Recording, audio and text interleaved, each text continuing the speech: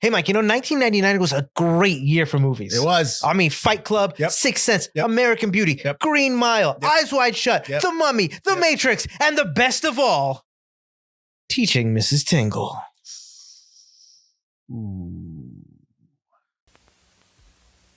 Ladies and gentlemen, please notice that exits are conveniently located at the front and rear of this auditorium.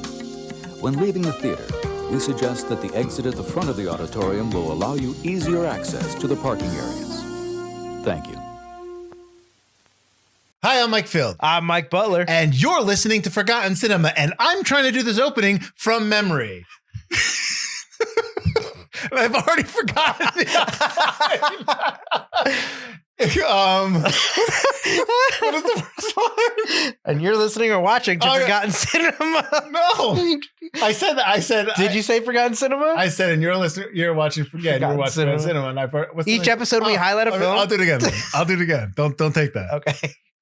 I'm Mike Field. I'm Mike Butler. And this is Forgotten Cinema. And I'm trying to do this from memory because I do not have anything in front of me, so I apologize. Each episode, we highlight a film that, for a variety of reasons, was forgotten by audiences. Whether it be because the movie simply didn't catch on with an audience in an additional run, or perhaps some audience just didn't. I don't know. It just fell through the cracks. I don't know. I do not know this thing. And I wrote it.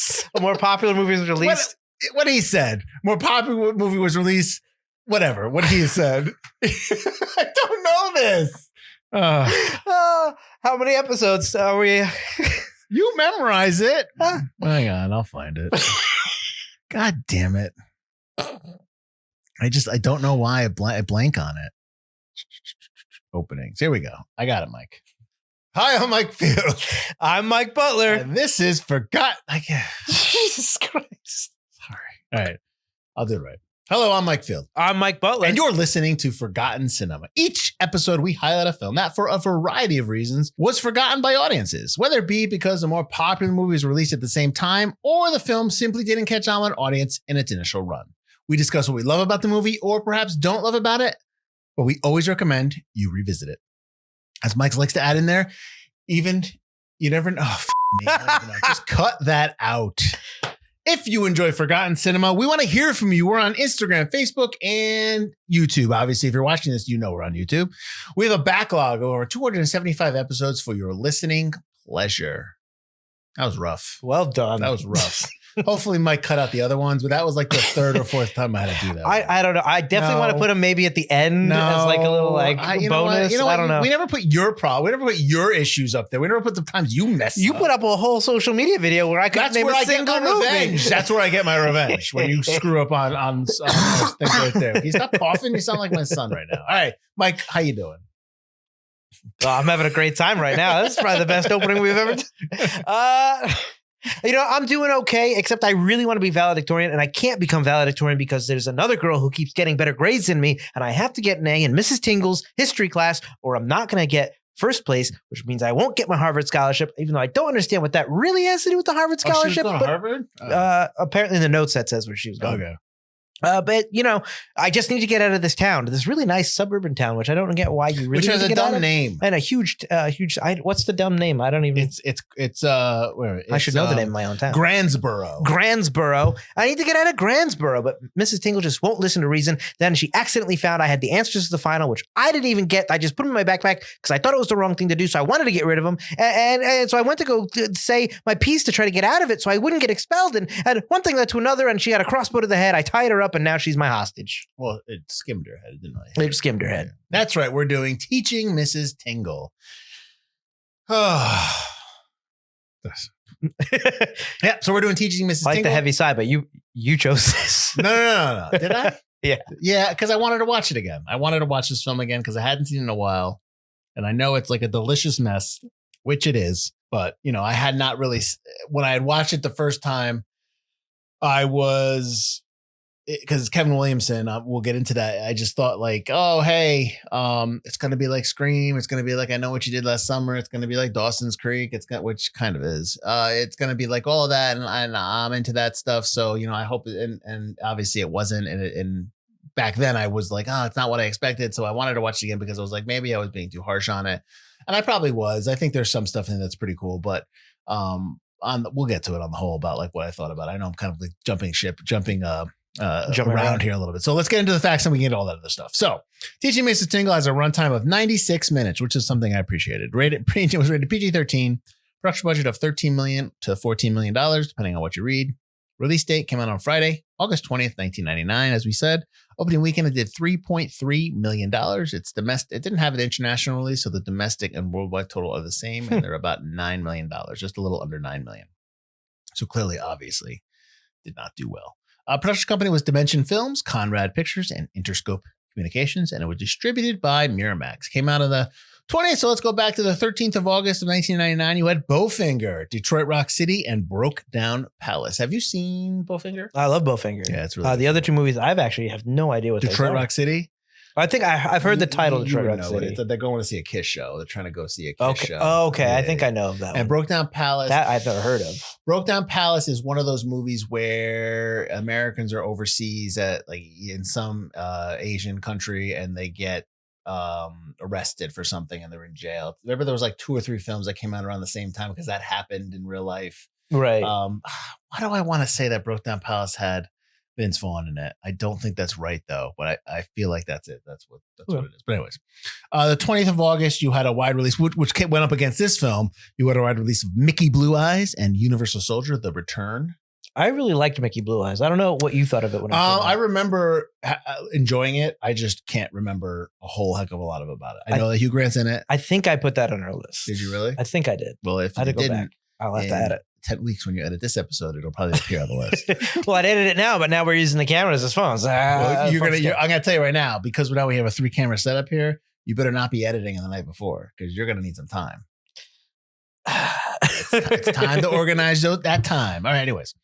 The week after, you had a wide release. You had 6 films that came out the week after this film, August 27th. 6 films in a wide release. At the end of August? That's weird. I'm like, that tells me that we're just trying to get it out. Like, this is the last summer weekend. Let's get it out. And before schools and stuff for September. Sure. You had The 13th Warrior, The Astronaut's Wife. Our buddy likes that film quite a bit, Greg. I know. Yeah. And it's like, I like it's based on a Michael Crichton book. Yeah. Which I like quite a bit. Wasn't John McTiernan though? John McTiernan started it and Michael Crichton actually ended up directing the end of it, I believe, or vice versa, because it was such a mess.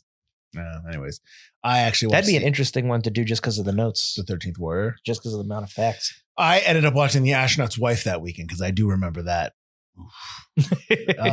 Dudley Do Right. You've seen The Astronaut's Wife? I'm sorry, I didn't mean to cut. That's the Charlize Theron's. That's the one with Johnny Depp comes back from space. Yeah. I've seen that. Yeah, he's like an alien or something. Yeah. I don't know. Dudley Do Right, A Dog of Flanders, The Muse, and In Too Deep. Those are all wide releases.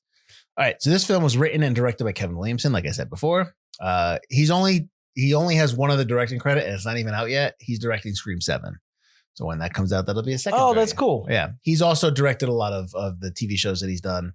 Some episodes there, like Dawson's Creek and The Vampire Diaries. He wrote the first 2 Screams, Scream 1 and Scream 2. Obviously, he wrote Scream 7. He's also written The Faculty. He did Cursed. A movie we did. Yep. I didn't know he did The Faculty. You didn't know that? No, I didn't. Yeah, that was like the big thing. Like he wrote it. Robert Rodriguez directed it. Like that was Faculty. He also wrote I Know What You Did Last Summer. This movie, Teaching Mrs. Tingle, is not a adaptation, but I'm pretty sure he got the idea from the Lois Duncan book, Killing Mr. Griffin, which she wrote. I Know What You Did Last Summer, which obviously he adapted. Right, yeah. So I thought that was interesting. Cinematographer was Jerry Zielinski, who's done Galaxy Quest, Dodgeball, and Fun with Dick and Jane. Composer was John Frizzell, who's done Dante's Peak, Office Space, and 13 Ghosts. A movie we just did on our last Forgotten Horror. Did we do Dante's Peak? We've not done Dante's Peak. We just talk about it a lot because you love it and I despise it. What don't you like about Dante's Peak? A ton of stuff. What? Dante's Peak. What? Save it for an episode. It's better than Volcano. Debatable. There, I will put up Volcano is more fun No, it is not more fun. What is more fun than the grandmother pushing the boat along in the acid water? She doesn't push the boat. Screaming. She runs out of the boat to try to get to shore because she can't. She hates being in the boat. That scene up against the end of Volcano when the kid sees everyone with the white face Ash, and he's like, "Look, you are so hung up on that one scene. Because that's such a stupid line." Volcano's got the awesome scene where that dude runs through lava, and then as he's melting in half a body, throws another man 30 feet.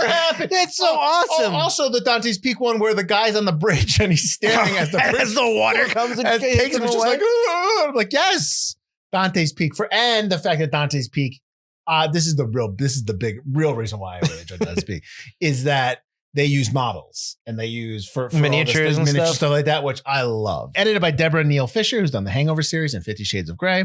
And produced by Kathy Conrad, who's done Identity, Walk the Line, Identity Butler, sorry. Oh, it's a movie we just also did on our last Forgotten Horror. And the Scream series. Helen Mirren as, they have her as Mrs. Tingle. Her first name is Eve in there. But Mrs. Tingle, she was nominated for 4 Oscars, Butler, and she won 1. Do you know any of them? No. She was nominated for The Madness of King George, Gosford Park, The Last Station, and she won an Oscar for The Queen. You ever seen those? No, I've seen Gosford Park. Yeah. Oh, okay. Yeah. Gosford Park's pretty good. Katie Holmes as Joey Potter. Potter. I'm sorry. Excuse me. Leanne Watson. I mean, I'm going to get into why I feel like this is just a Dawson's Creek episode. She's in the TV show Dawson's Creek. She's also in the movie Disturbing Behavior. A movie we did 3 seasons ago. She's also in another movie we did. One of our Forgotten Horrors. She's been in 2 Forgotten Horror seasons. Disturbing Behavior, right? Which was Forgotten Horror 5 when we were on our hiatus, right? And then she did the one with the little dark. That's right. Don't Be Afraid of the Dark. Yep.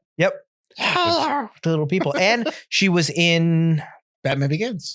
No, a movie we did with audience choice, 312 or 1114. 1114.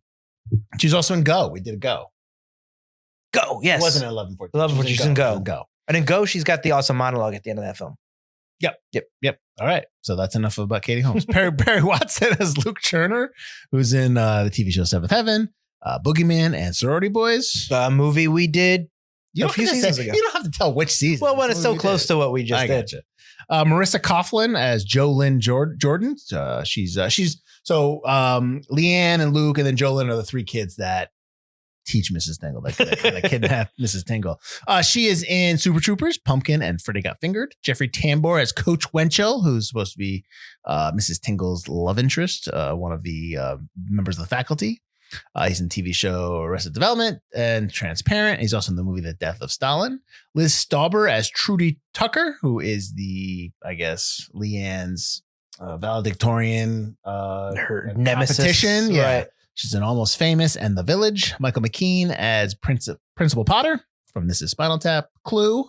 A movie we did. And the TV show Better Call Saul. Molly Ringwald as Miss Banks from obviously Pretty in Pink, 16 Candles. All those films were back then. She's also in the TV show Riverdale and Feud more recently. Vivica A. Fox. God knows why she's in this movie. She's in this movie for like 2 seconds. She's signed a contract with Dimension Films. I wonder if some of that stuff's cut out. Probably. Maybe. Yeah. She plays Miss Gold, who's the what is she? She's a guidance counselor. Yes. Oh no, some of her stuff was cut out in the alternate ending. I think she has something to do with the alternate ending. Yeah. All right. She's in Kill Bill Volume 1, Batman, Robin, and Independence Day. And then Leslie Ann Warren is in this. She plays Leanne's mother. She's not in it this long. She's actually nominated for an Oscar for Victoria, but she's also in Clue, movie we did. Exactly, which I already said with Michael McKean. Okay, Butler. Let's get into this film and what we thought watching it. I don't know where to start here. Well, let's start with you because you asked me last time, so we'll start with you. Oh, with tit for tat? Is that what we're doing here? Let's do tit for tat. Well, we also always start with me. Well, let's switch it up. So you want to know what I thought? Well, you said that your opinion changed, kind of, a little bit. I mean, I think I really hated this film when it came out. Oh, really? Like when it first came out, I think I was just like, no. And I'm not there obviously now. I know what they're trying to do. My biggest note for this film is that I wish this movie had more teeth. Now, like I wish this film was rated R. That I want this movie to be. I want them to be more violent in terms of like what they're trying to do. Like there's no plan when they show up to her house. Everything just sort of happens. But like I want no, we're gonna go there.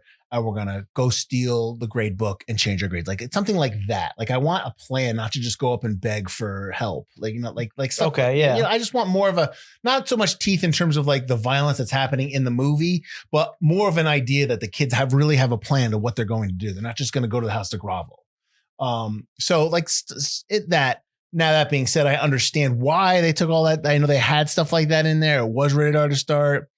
I quite honestly, when I read this note, I sat here wondering, like, do you think people even remember this? Like, do you think people even remember Columbine? Like younger kids, like 20, like if I bring it up, hey, do you ever hear of Columbine High School Massacre? What's that? Like, do you even think like kids would know that?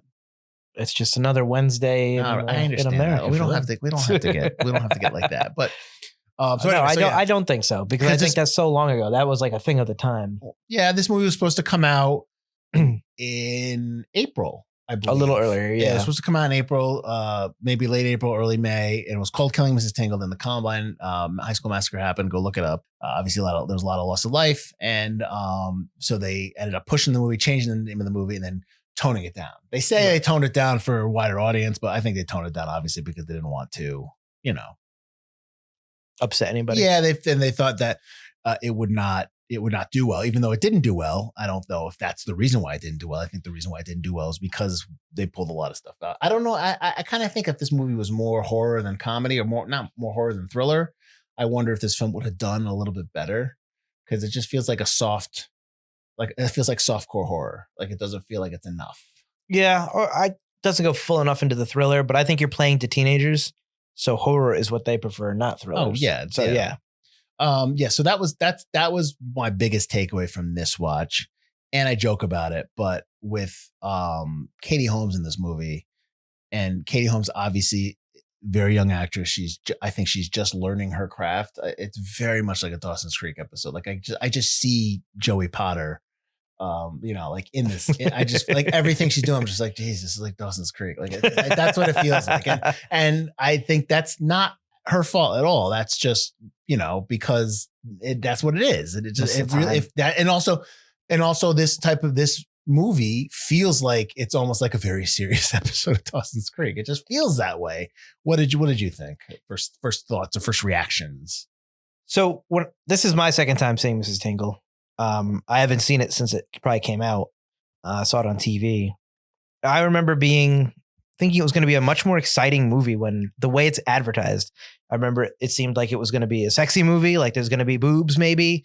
Like there was that scene where she like pushes her shirt off, and they make sure to do it in slow-mo in the trailer, I remember. And it seems like Mrs. Tingle's out to literally kill them before they capture her. So it does seem more like either a hardcore thriller or a hardcore horror movie. And then you watch it and you want it to be a comedy, and it's not a comedy. I really like it. I remember thinking, that's all right, when I watched it back in the day. And then when I'm like leading up to this, I was really excited to see it because. And I was too. It's a product. Yeah. It's a product of its time. Like late 90s, early 2000s. Like that's when I was a kid, and these are movies about teenagers. And that's what I used to watch a lot of. So I was like, maybe it's better than I remember, which I didn't really remember a lot of it.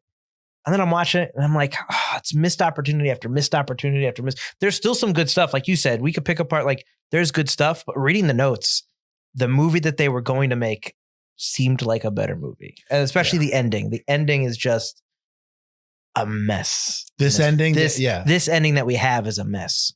Well, it's just not. It's obviously thrown together because like the ultimate action that happens at the end of the film. Smash cut to valedictorian award. Oh yeah, no reason and they're at walking all. off all smiling. I'm like, what the hell just happened? It doesn't make any sense. Yeah, I'm there with you. Yeah, so it's a movie of missed opportunities that I was glad I watched. So I didn't hate this movie, but I think my enjoyment of this movie comes from enjoying the movies of that time and just being able to watch another one again that I haven't seen in a long time. Well, I go back to watch the good ones and go back to watch Urban Legend or that. I love Urban Legend. I do want to watch Urban Legend, but it's like the same thing with 13 Ghosts. Like I know it's not a great movie, but I can pick up some good stuff, but it's a movie of that time. So I'm like I have that nostalgia for that time, which makes me like it a little bit more and not excuse some things, but like it despite its things. So I think I'm sure we both liked Helen Mirren as Mrs. She's Tingle. great as Mrs. Tingle. So I don't think that's not in question. So when I ask you this, What do you think about the performances in the movie? Let's just take her out of that because I think we both agree that she's really good in that and she knows what she's doing and she's eating it up and she's fantastic. Yes. But let's take her. So we're not going to talk about her right now. We're already giving her flowers. What do you think about the three kids? I already know where I'm going. I've said this before and I'll say it again. And I know you think it's mean. I don't think Katie Holmes is very good. You don't think? I think she's good. She's great in her monologue at the end of Go. And everything else I've seen her in, I'm just kind of like, okay, I do like her in Don't Be Afraid of the Dark because she's so sweet and good natured and kind of like has a small voice that I think it works with that character. But maybe my issue with her then is, now that I'm talking this through, is that she doesn't play characters that I think support her acting style some of the times. And some of the things that I've seen her in. Well, what have you? Well, I mean, I'm going to go right to her. It's not like I'm huge in Katie Holmes. Behavior? Jack and Jill? Anything in Disturbing Behavior. She's fine in Jack and Jill. Did you ever see Pieces of April? No. Pieces of April, she's really good in. That's it's an indie. You didn't like her in Batman Begins. I don't like her in Batman Begins.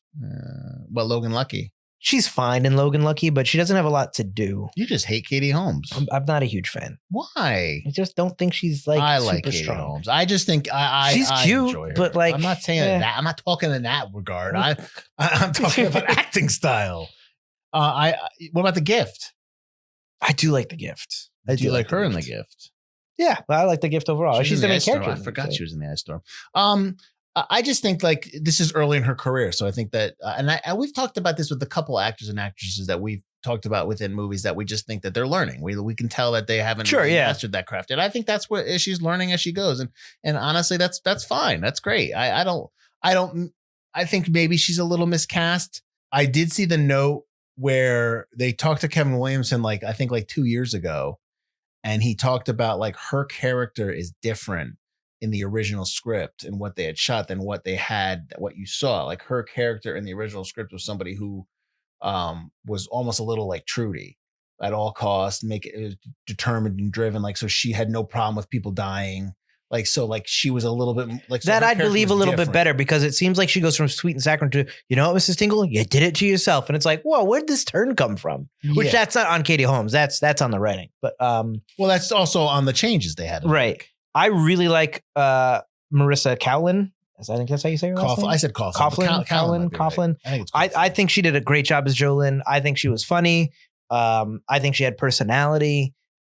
I really liked all her scenes. Her scene where she does the Exorcist bit, like that runs for too long in like the best kind of way, almost awkward, but not quite. Just like, what are you doing? And I love that Mrs. Tingle's just forced to watch this boredom overtake this girl. Like, I thought that was great. I think she did a really good job. And I think Barry Watson was fine. He played the heartthrob. He had a couple of okay moments. I really liked him in Sorority Boys. I think I said in Sorority Boys, I'm surprised he didn't go on to do more, like bigger projects. Well, I'll go back. Obviously, this is probably when he's doing Seventh Heaven. Or close to. No, it's Seventh Heaven. It's probably, maybe. No, because he wouldn't have done Sorority Boys when he was doing Seventh Heaven. At the same time, because that would have been a bad look. Probably would have been like, oh, hey, never mind what happened. Never mind what the dad was doing. Well, back to Jolene.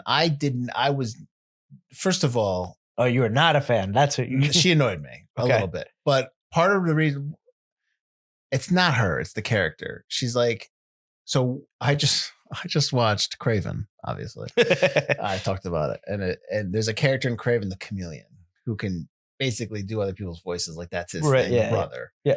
That's his brother in the movie. Yeah. Okay. Yeah. And but it's just basically he's not doing the voices. It's like they're just dubbing in the voices of the, like he does his father. He does the Russell Crowe voice, but it's Russell Crowe. So that's what I felt with her was like they're just dubbing in Tingle's voice. They're just making her voice either in post or whatever. Like, were they? It sounded awful like that. I thought she was just doing an impression because she didn't have any kind of Britishness, which hers kind of still did. Well, she was more like refined. I don't even know if was Helen Mirren wasn't really. She didn't do a British accent, but it was like old school refined, like she was on the border. Yeah. And when she was doing the Exorcist dialogue, they were putting in sound effects when she like turns her head and you heard like. Oh, that's the only sound. The other ones were her going.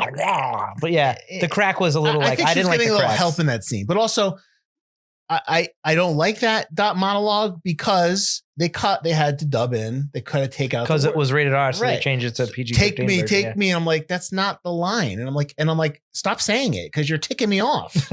And that's not her fault though. I'm not saying it. I'm not saying that's her fault. I'm saying that scene right now. I'm saying that scene. I'm not a big fan of it because it's not the same lines, and that bothers me as a purist. Anyways, but I don't know. I just found her. I don't know. I wasn't a huge. She's so easily manipulated. I didn't like that because at first she's like, it's not happening, and then all of a sudden she goes and believes it. Yeah, it's a which little, I mean, to be fair, Katie Holmes did. I mean, end up sleeping with after, but also, come on, man, you know that's your friends, dude. Oh, stop it! Stop it! People don't care. Come on, stop it! Stop acting like everybody's no good. Nobody cares. I'm so violent. I'm so angry. Damn. Do you believe that Mrs. Tingle would be having an affair with Jeffrey Tambor? I believe she would be having an affair, not with Jeffrey, not with Coach Winchell. Exactly. No. Yeah. But I believe she would absolutely be having an affair. Right. Yeah. I mean, like she doesn't care. Like, you know, that you get a sense of like when they go to the coach's house, which I don't even know where they dump the coach off because it seems like in this back they put the bike there and then you don't see coach, but then she looks and sees that his wife is reading the Bible. Oh no. Like, I mean, I guess that's there so that to kind of make her feel, but also kind of like puts light on the fact like why Coach Winchell is cheating on his wife. So, and obviously like, so let me ask you this though. When Tingle is talking to him and playing those games and talking about her husband leaving, I am like, do I believe any of that? Are we supposed to believe any of that? I believe that because I think when she's talking to Leanne, I believe that she's 100% honest. Like when she talks about like, you'll be in here and you'll never go. I wrote that damn book. And then she's like, when Leanne walks out the door, Mrs. Tingle is legit like crying and she has no reason to pretend at that point because Leanne's already out the door. So I think that there's some truth to what she says to Leanne. Maybe some truth to what she says in general. I don't think the story about like why her husband left her is necessarily true, but the reason that she hates Leanne and why Leanne wants to get out of town and stuff, like Mrs. Tingle just can't let that happen because she couldn't make that happen for herself. I 100% believe that. Mrs. Tingle has a nice house. Like she's got a very nice house. Teacher salary. I mean, I think Mrs. Tingle's doing quite fine. Well, where is Mrs. Tingle's husband and what did he do? I don't know. Maybe he passed away. Maybe she's a Black Widow. Like, I think that would have made it more interesting. Finding these things out about Mrs. Tingle, that should have been the movie. And instead, the movie's kind of haphazard. Or she doesn't play enough mind games with people. She barely plays mind games with Luke. Your dad's a drunk. Well, yeah. Come on. You got to hit harder. There's all that stuff is really surface level. Yeah. She hits hard, a little hard with Jolene when she finds out about, you know, Katie Holmes and Barry Watson kind of wanting to hook up.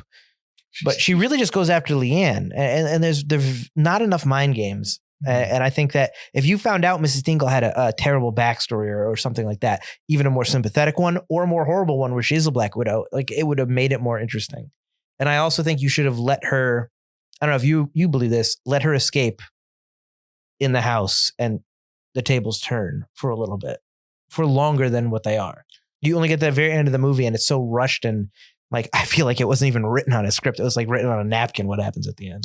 I think a lot of this movie is thrown together and cobbled together because of all the note about everything changing and them trying to go to PG-13 from R and all that stuff. I think they kind of affected the making of the film, the telling of the story, if you will. So, yeah, I agree with you. I think that the Tingle like getting out of her in bed. Once they're in bed, once she's tied up, it's just the movie kind of just lays there. Like no pun intended. Nice. Because like I said, I think back to my previous note of like, there's no plan. There's never a plan when they get there to, you know, and maybe that's a good thing. Like they're kind of like stumbling as they go along. I kind of like that because that's like how kids would react. But they never change their clothes. They never go home for a couple of days. Like there's no like nobody's questioning. Like Leanne goes home to her mom. She goes home one time and then comes back. Jolene goes home like that one when time, she's mad. But she that was like a day and a half of being away. Yep. You never understand what you never know what Luke's issue is at home. I find it very hard to believe that he's a troublemaker and he's in trouble because because his shirt's untucked and he doesn't button up his button shirt. And he gave her Plymouth Rock all tooty. Plymouth Rock. I'm like, okay, so like, what's your home life like, dude? Because we don't know. I can only know what Tingle's saying, and I don't even know if that's true. So, she could just be like, just kind of getting a beer like your alcoholic father. Yeah. So, I mean, so the characters aren't really defined too much, like with the exception of Leanne and Tingle. Jolene has the actress thing going on for her. You know what she wants to do. That's right. It. You don't really know anything else about Luke or anything. And so it's just kind of like everything feels just very surface level, and we don't get down. Like, so surface level's fine with me if it's a movie like The Faculty, or if it's a movie like Scream, where the story is more stuff, where there's more elements, harder elements, the plot's a little more plot heavy, and the plot's well done. The plot's driving it, so you don't need that character development. That's fine with me. But that's like, I think because that's lacking, I find that the characters are just very tough to connect with. I agree. Yeah. I don't disagree with that. I think that there needs to be more, like Leanne's whole thing about like, I need to be number one to get the scholarship is like, I want to know why. Like, it should just be your grades in general. It's not like, oh, I got valedictorian. And like you said, you didn't even know she went to Harvard. I don't remember if they do say that in the movie. I just read it in the notes. But like, I need to know that. I need to know why this snooty girl is first. Is she really good, or Trudy is like she just bribing people throughout the entire movie? And I forgot that she doesn't get shot at the end of the arrow. I thought she did, and I was like, oh, so that's why she's just been a jerk, so that we could be okay with her getting just the book again. Yeah, a B. Some great acting. It's just the end of the movie is just such a haphazard mess. Well, I think that, so let me get to the note about the just stuff. So let me write the ending of the movie had reshoots. So in the movie, we talked a little briefly about how Tingle's chasing them around. They're fighting. Tingle has the arrow. Crossbow. She shoots at Leanne, obviously trying to kill her, goes through the window and hits Trudy, you think, but it doesn't. But Leanne tricks her and saying like, oh, she's dead. And then like Tingle kind of like, because the principal shows up, who knows why he's there. And Tingle reveals, kind of like admits to hating the kids. And, right. And the principal's there because she calls him to talk about the grade book. Right. Missing. Okay. All right. Yeah. All right. And then she admits it, and then Trudy wakes up, passes out like Butler says, look at the bee, and passes out. And then the principal's like, Tingle, you're fired. I've been waiting to say this 20 years, blah, blah, blah. And then the movie goes right to the graduation scene. And Leanne's has got her scholarship, which is what this whole thing was about. No idea what's going on with Tingle. And you see the three friends walk away. Now they're friends forever for life, I guess. Who knows? So that was the ending. The ending of but the original was reshot. Originally, the students learned their lessons. Leanne admits to changing the grades. She accepts that second position. Like she's salutatorian. She doesn't become the valedictorian. And Trudy wins it. So, and then Leanne is still awarded that scholarship because she has great grades, and even thanks Tingle in an accepting speech. And then Tingle doesn't go to jail for attempted murder and she doesn't report the students to the authorities in exchange that they don't reveal the affair with Coach Wenchel. The blackmail stuff. Yeah. And then it ends with Tingle mending her wounds, lying in bed with her dog, and you find out the dog's name is Richard, just like the name of her husband. And there's also, so that was what the ending was. And then there's other scenes that I guess, I don't know, Butler, did you see where I guess Jolene's wearing a wig in some scenes? Oh, that's how you can tell they reshot, because she's wearing a wig as opposed to her real hair during different scenes. I didn't see it. I didn't notice it. I thought her hair got redder at one point, but I didn't really pay too much attention to it. Yeah. So, and they changed that reshoot because test audiences thought Tingle should like learn her lesson. Like, shouldn't have a. She wanted Tingle they wanted Tingle to pay. Yeah. But Tingle honestly did pay. She got held captive. Like, it was stupid. That's a stupid note. She still gets blackmailed. It just doesn't make sense. Yeah. The kids need to learn their lesson. The kids learn no lesson about assault, kidnapping, battery. Yeah. Like, they're felons and they just get away scot-free. Like, Tingle goes to jail and gets fired, or maybe goes to jail. You just know she gets fired, but you don't get any kind of like, she didn't also go, hey, I was held captive by these kids. Yeah, no, there's no lessons learned. And And she just wins valedictorian out of nowhere. Yeah. Yeah. It doesn't make sense. No. The principal then knows the grades were messed up. So we liked, we both said we liked Helen Mirren as Mrs. Tingle. Mm-hmm.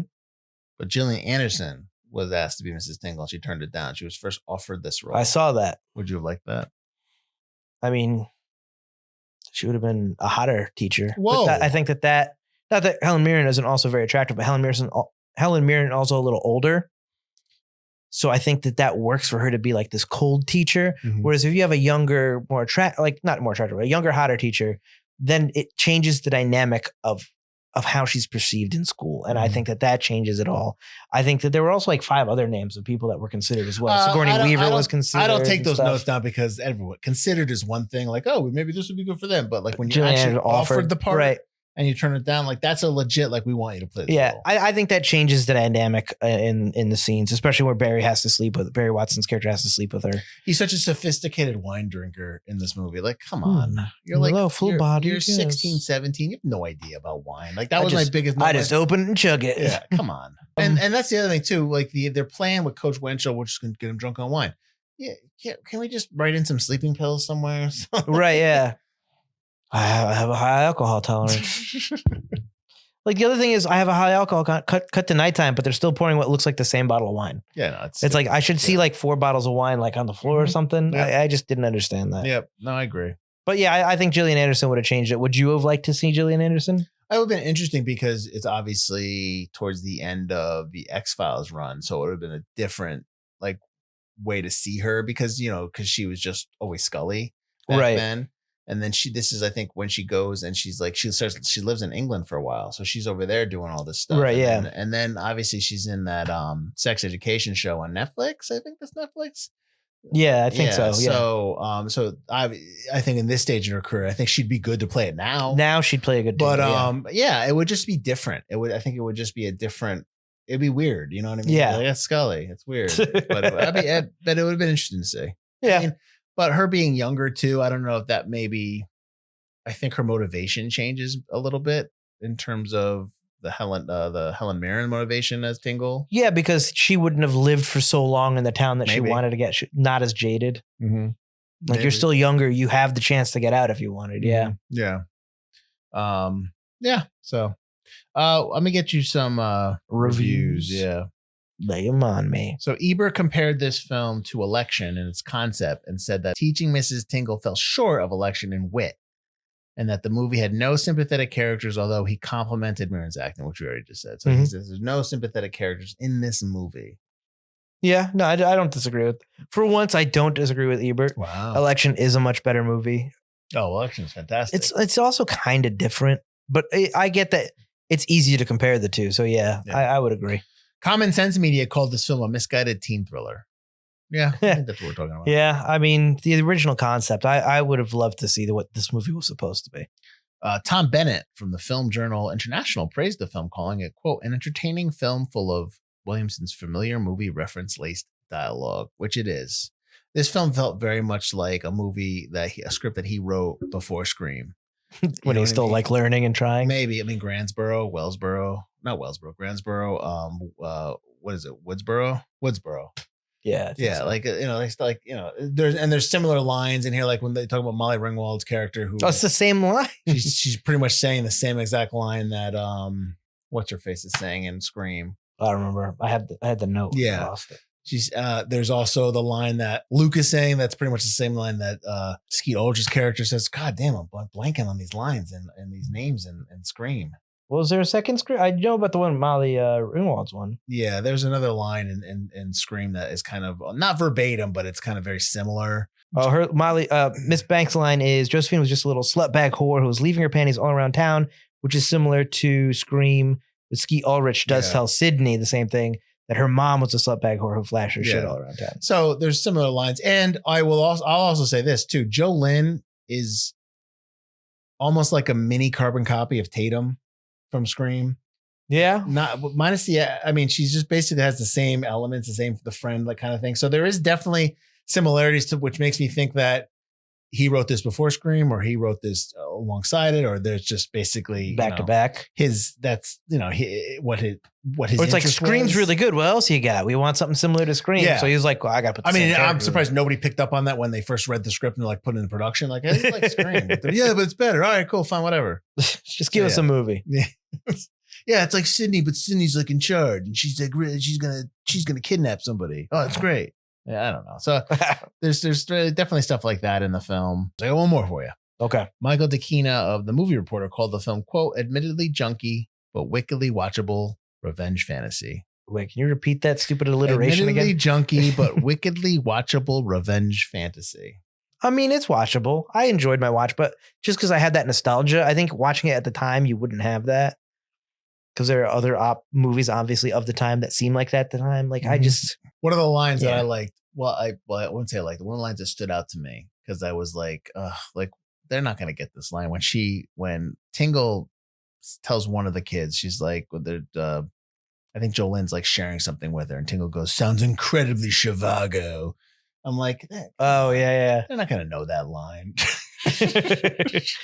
How about this note? And I think you're going to agree with me when I say this. I think this movie is ripe for a remake. Oh, I was going to bring that up. Yeah. I 100% agree. We always talk about how it's not interesting to remake hits. It's interesting to remake almost hits, things that had potential that was never realized. Yes.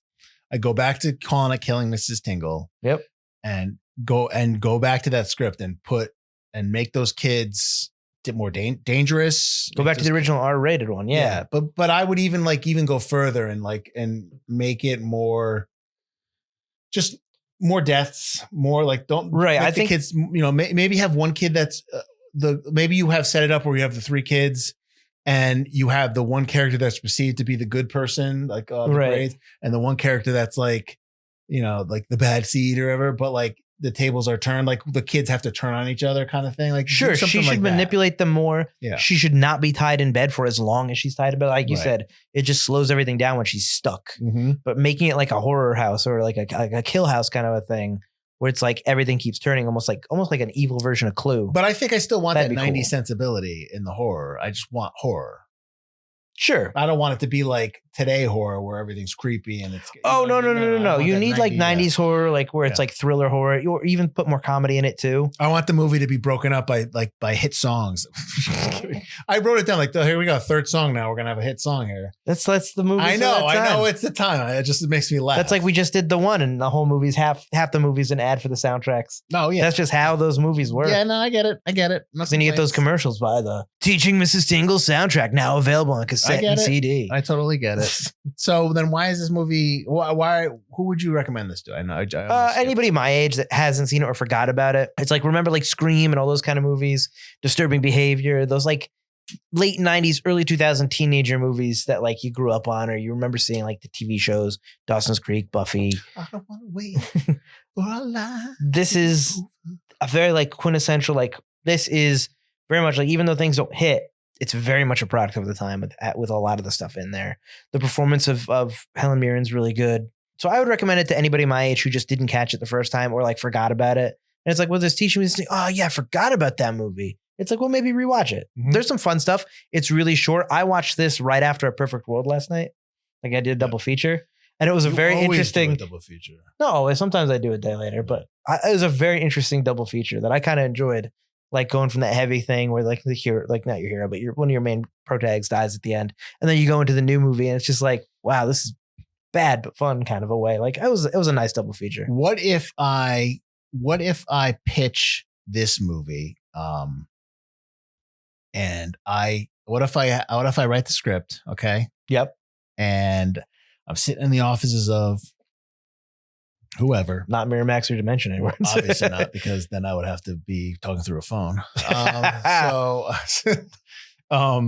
And I say, this is what I'm doing. I'm doing a remake sequel. It's going to be called Killing Mrs. Watson. And I want Katie Holmes to play the Tingle character. Oh, that'd be awesome. Yeah. That's how you do your sequel. There you go. Yep. That's what I would do. I think that I'd have it. So same thing. She never left the town. I'd go back to the original. Maybe I'd probably do a mix of the movie and the script, but she's same situation. And then it could be its own thing, but it's the same idea.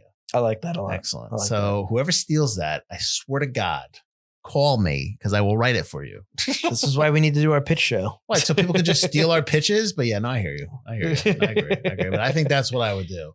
Nice. And I would want Katie Holmes to play that part. Yeah, absolutely. And then I would say to her when you're on set, hey, this is Mike. He doesn't like you.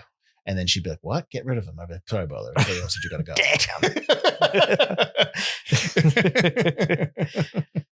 go. So why is it forgotten? 1999, man. I mean, it didn't make a lot of money when it came out. It's edited the crap, like not reshot, probably reshot the crap.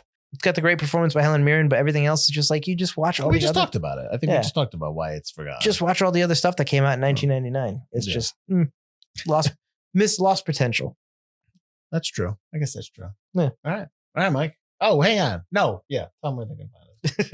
You can find us at Forgotten Cinema Podcast or wherever you get your podcasts, where you're listening, watching, wherever.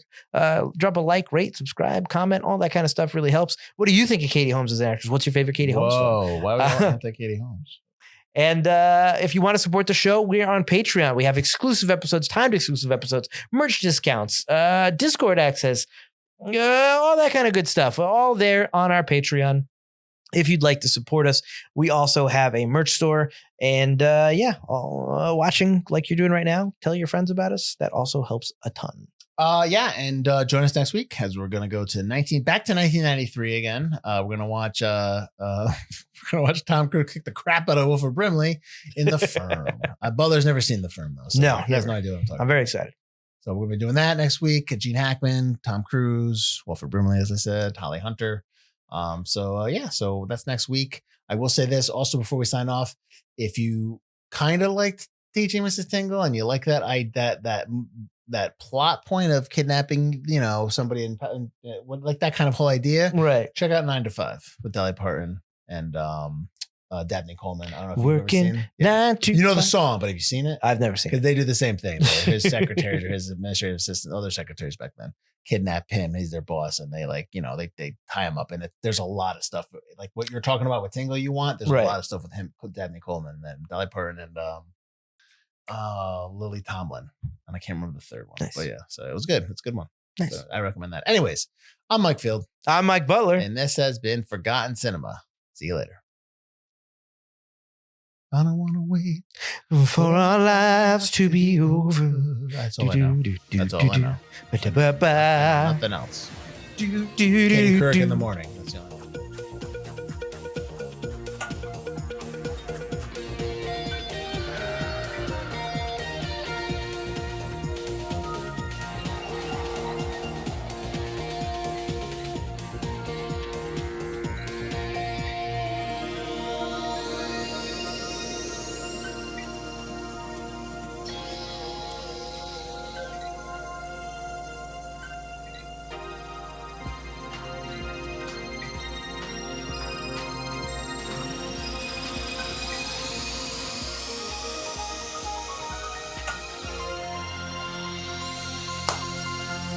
Hey guys, thanks for watching Teaching Mrs. Tingle. If you want to keep it early 2000s, Katie Holmes, horror-ish, we've got Disturbing Behavior that we did for our Forgotten Horror last season. So check that out. That should be right above me right here.